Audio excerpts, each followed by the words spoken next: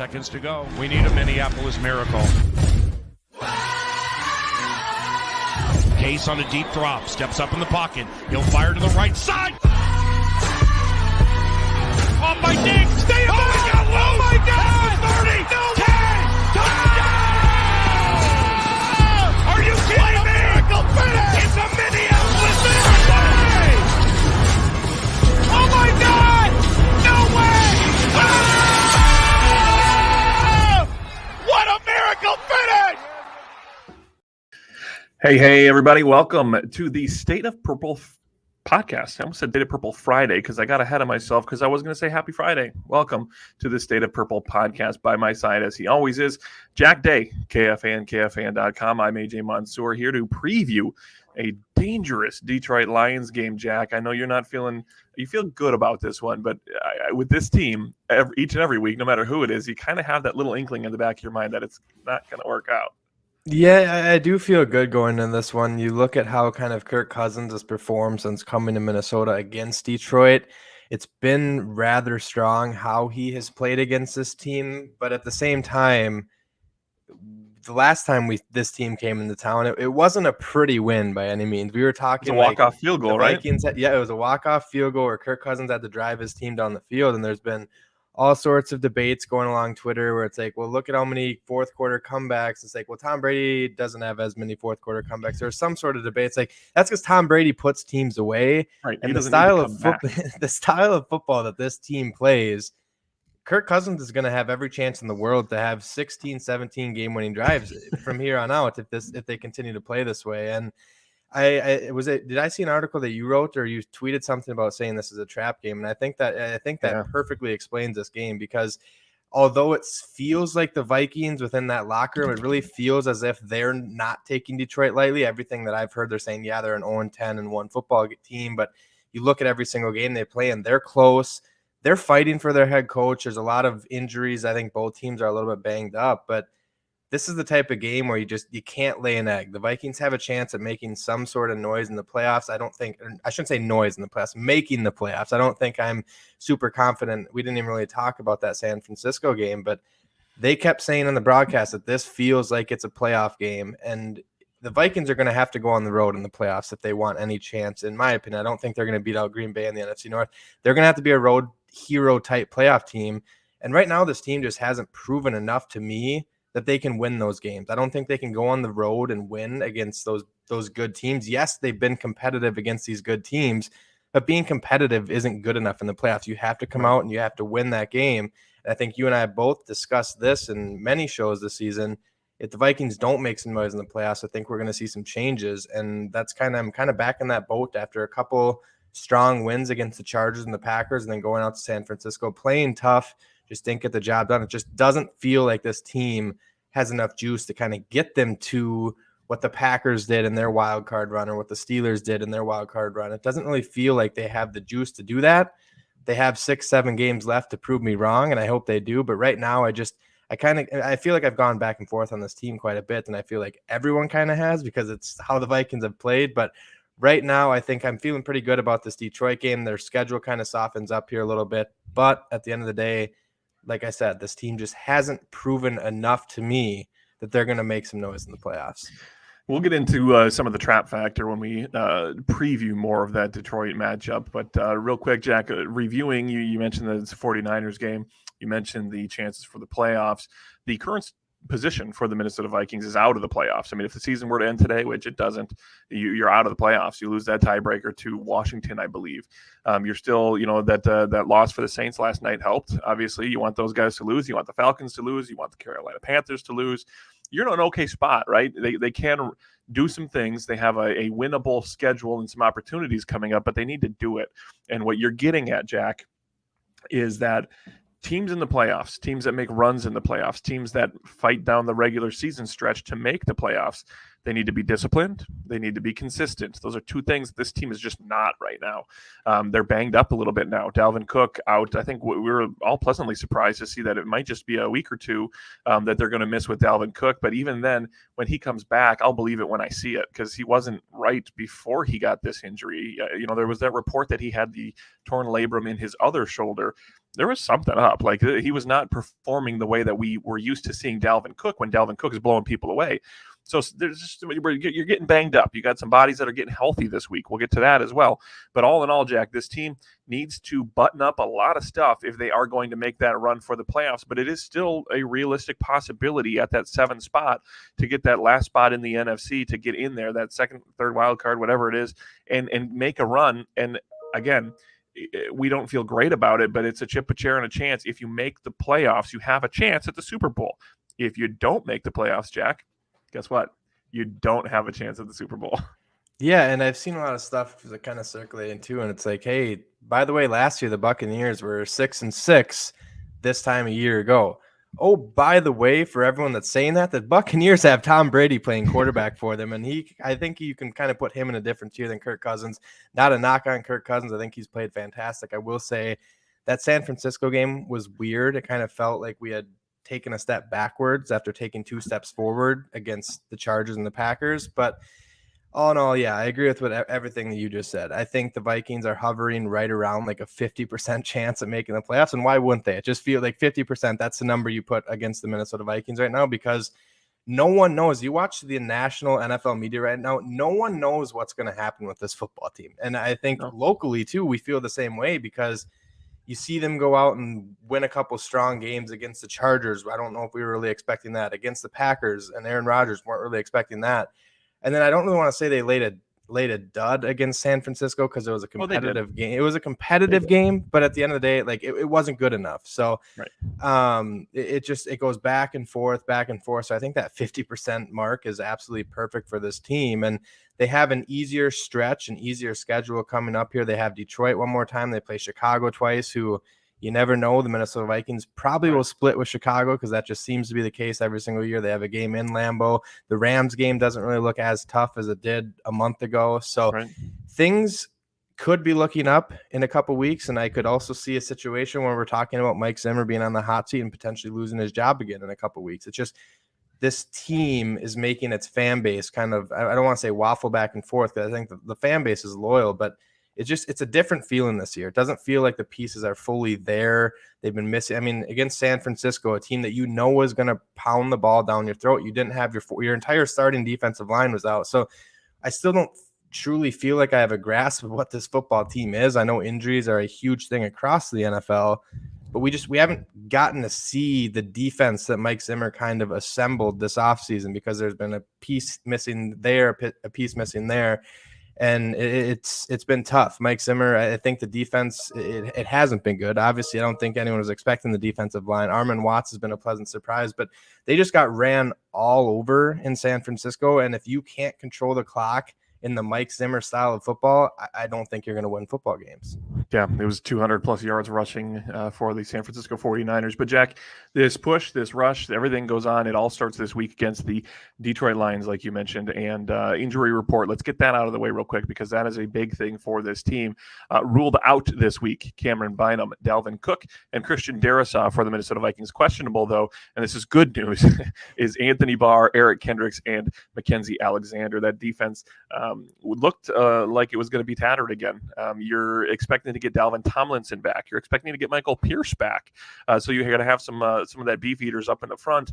Everson Griffin isn't on this injury report. I think he was ruled out, though. Am I mistaken in seeing that, or no? I haven't actually seen anything on him. I think maybe I'm jumping the gun there. Well, he wouldn't be put on the injury report, because he got put on some sort of IR list. So I don't think name. I don't think his name would be. It was a medical. I don't know exactly the terminology behind the IR list. The non-football injury, whatever. Yeah.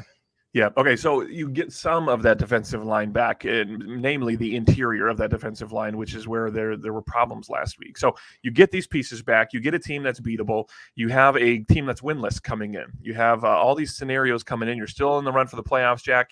This is why I think this is such a big trap game. And people got all over me on Twitter saying that a team below 500 can't be in a trap game.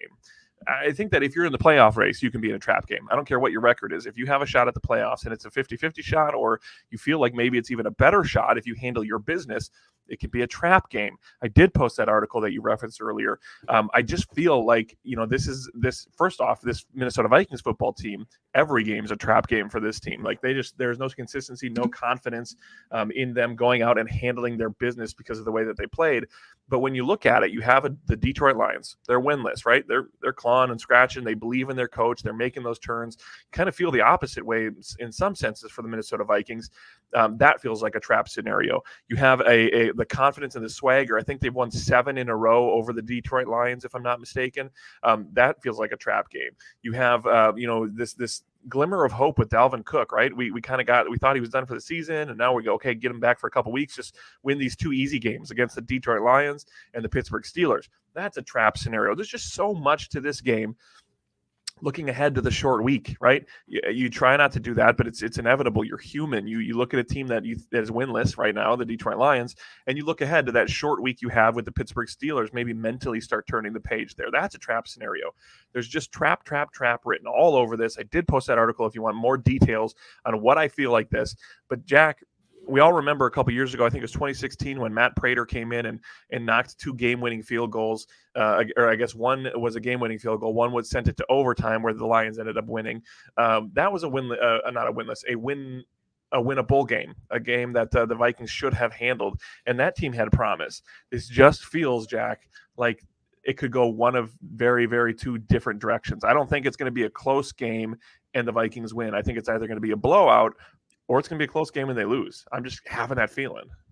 Yeah, and on top of being a trap game, I think another recipe for traps are when a team has all the talent in the world and it seems like a really, really good football team, but you have no idea what team is going to show up on Sunday, because we've seen the Vikings come out and have 10, 15 plus penalties, and then there's games where they play sound football and they go out and beat the Chargers and they beat the Packers. I have no clue what team's going to show up. I think aggressive Kirk Cousins needs to stay. I think Alexander Mattison is going to be just fine as a backup. I know there's a lot of people that like to compare him and say, hey, we'd be fine without Dalvin Cook. Stop that nonsense. Alexander Mattison is not Dalvin Cook, but he is a very, very good backup. And one name that I'm extremely, extremely excited for on Sunday, this is one of the main reasons I'm looking forward to this game. I'm sure you feel the same way. You wrote an article about him a couple months back. Keenan Nwangwu. I am excited to see him get some offensive snaps. I think Kubiak said something that they're going to try to get him out there. I don't know what that means, but after watching 2 kick returns for touchdowns in like the last month, this guy needs to get the ball in his hands. He's electric. He's fun to watch. And I mean, when he was drafted, no one really knew who he was or what his story was, but you go and look at his athletic profile, it's like, oh my God, this guy is an athletic freak. He's out of every single category. He's above the 90th percentile in every single category. And it's showing on kick return. And I don't know if there's a little bit of a gap with him kind of learning the offense or why he hasn't really gotten any looks on offense, but I'm excited. It's not fun having Dalvin Cook out of this game, but I am excited to see him get a chance, whether that's a couple jet sweeps, a couple screen plays, just get the ball in his hands and see what the kid can do. And we're starting to see that with more and more rookies. And that was a huge talking point early on in the season. It's like, hey, the Vikings drafted 11 rookies and none of them are playing right now. That it worries me. I shouldn't say worries me. I'm a little bit bummed out that we don't get to see Christian Darrisaw play on Sunday. Right. He's been kind of coming into his own as of late. It's been fun watching him, and you have to going in the playoffs. If they do make the playoffs, that offensive line still has that right guard issue. Ali Udoh has struggled with penalties. So I want to see something different there. Wyatt Davis comes to mind, and that's another name where it's just kind of a weird question mark around him. It's like, what's going on? Why haven't we seen Wyatt Davis get a chance there when Ali Udoh has pretty clearly been struggling as of late? But yeah, and one thing that we didn't touch on was Justin Jefferson winning the NFC Offensive Player of the Month award too, and that was something that I don't know if you saw this, but it was all over Twitter yesterday with Packers. There's a certain, I'm not going to name names, but there was a certain Packers beat reporter kind of bashing the Vikings fan base, saying, hang the banner, because Justin Jefferson, after I went back a month ago and saw the Packers actually had an NFC Defensive Player of the Month award given out to someone on their team just a month ago. And it seemed like Packers fans were pretty excited about that. So I thought that was a little bit interesting to me and a little bit, I don't know what the right word I'm looking for. You're telling me that Packer fans are talking out of both sides of their mouth. Pretty much. That is a great way to put it. That doesn't sound like Packer fans. Hey, Jack, one thing that people have been talking about this week, too, headed into the new scenario with Dalvin Cook sidelined. Obviously, the excitement for Alexander Mattison having a week to prepare, the excitement of Kenny Wangu having an opportunity to debut on offense. One other talking point has been Kirk Cousins and unleashing Kirk Cousins. Turning that offense into a Kirk Cousins passing game offense like the good side that we've seen from time to time. I agree with that. I think that that's what we should see. Obviously, Adam Thielen, Justin Jefferson, KJ Osborne, Conklin, you have those pieces there. Now you have two pass-catching running backs as well. Not that you didn't before with Dalvin, but you have two different ones with Wangu and Madison. Kirk didn't play well last week. There's no mincing words there. Kirk had a bad game. He had a terrible interception that really flipped the script in the mid-game, the pick six there, or it wasn't a pick six, but they got real close. Really completely flipped the script right after they had scored already. It became a 14-point game from a tie game, just like that. There were errant passes that he just wasn't hitting his spots. He was throwing behind guys, over guys. We haven't seen a whole lot of that from Kirk. Do you think that was just a flash in the pan, bad game, and we can be confident that against an okay defense in Detroit, but a beatable defense in Detroit, he's going to assert himself and really establish that passing game early? I'm torn on that because I think, over the last 3 years, we've seen a ton of good out of Kirk Cousins. I think you and I will be the first ones to say we've given Kirk credit where credit is due. Like Kirk Cousins has had his moments where he's played fantastic football. And don't get me wrong, there's Hall of Fame quarterbacks, Tom Brady. There is great quarterbacks that have moments like Kirk Cousins had against San Francisco where it just he kind of laid a dud. That happens with quarterbacks. It's going to happen with future Vikings quarterbacks, whoever it's going to be. But if that continues to happen, if you remember, was it last year kind of to start out the season, Kirk had a bad stretch of football games. He had a couple where like that Atlanta game, was that to start the season where he had like 3 interceptions right at the bat. And then it kind of, he had a couple bad games back to back to back, and then he figured stuff out. I'm hoping that the case wasn't, hey, Kirk Cousins continued to figure stuff out at the beginning of this season, and then he starts to take that dip now. I think that would absolutely crush this team.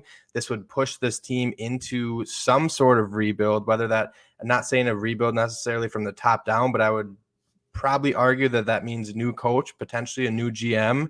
And at the end of the day, we've had this conversation as well. If those two positions are changed, I would be willing to bet some money that the quarterback position is also going to be changed. Maybe not next year, but in the near future, that position or that spot on this roster is going to turn over with the GM and with the head coach. So Kirk Cousins needs to come out and essentially put this Detroit defense away. I think he needs to go out and have a solid, I don't want to say flawless game. He can miss some throws, but he can't have an interception. Like, yeah, that was an awful interception, just an awful read where he literally threw it right to the guy. I think both you and I would be pretty confident in actually catching that pass as well if we were playing defense there. But he can't have a game like that again, not only against Detroit, but really there's not much room for error moving forward in the last 6 games of the season. Kirk Cousins has to be on his A game. We have to see the Kirk Cousins that we saw against the Chargers and against the Packers. If we see the Kirk Cousins that we saw against the San Francisco 49ers just a week ago, the state of this team and some high up positions in this front office, I think, are going to be in trouble. Doesn't it feel like every time we get to a point where we're saying, don't stop worrying about the future of quarterback, not extend to Kirk, but like he's the answer, keep him here, we're happy with him. Even talking about Kirk in the MVP race, he goes out and just lays an egg. Like he can't handle the pressure of success. It's a weird situation, and it's followed him from Washington all the way here to Minnesota each and every year, where he can't just build on that. And he's human, he's okay, and he's allowed to have a bad game. But the timing of it is just so interesting. It just kind of, when we start to put the Kirk Cousins narrative behind us and move on from that and understand that it's not Kirk's fault, blah, blah, blah, blah, blah, Kirk does something to make it his fault. Like there was more to that game last week than just Kirk Cousins, but he played bad. I mean, there's no other way to put it. So we need to see that better. We need to see some semblance of an established running game. And like we've said many times with this team, Jack, they need to come out and get on the board right away. because then they can control the narrative of the game the rest of the way. They control the ball. They need to do better on the time of possession. Obviously, that was a gigantic detriment for this team last week.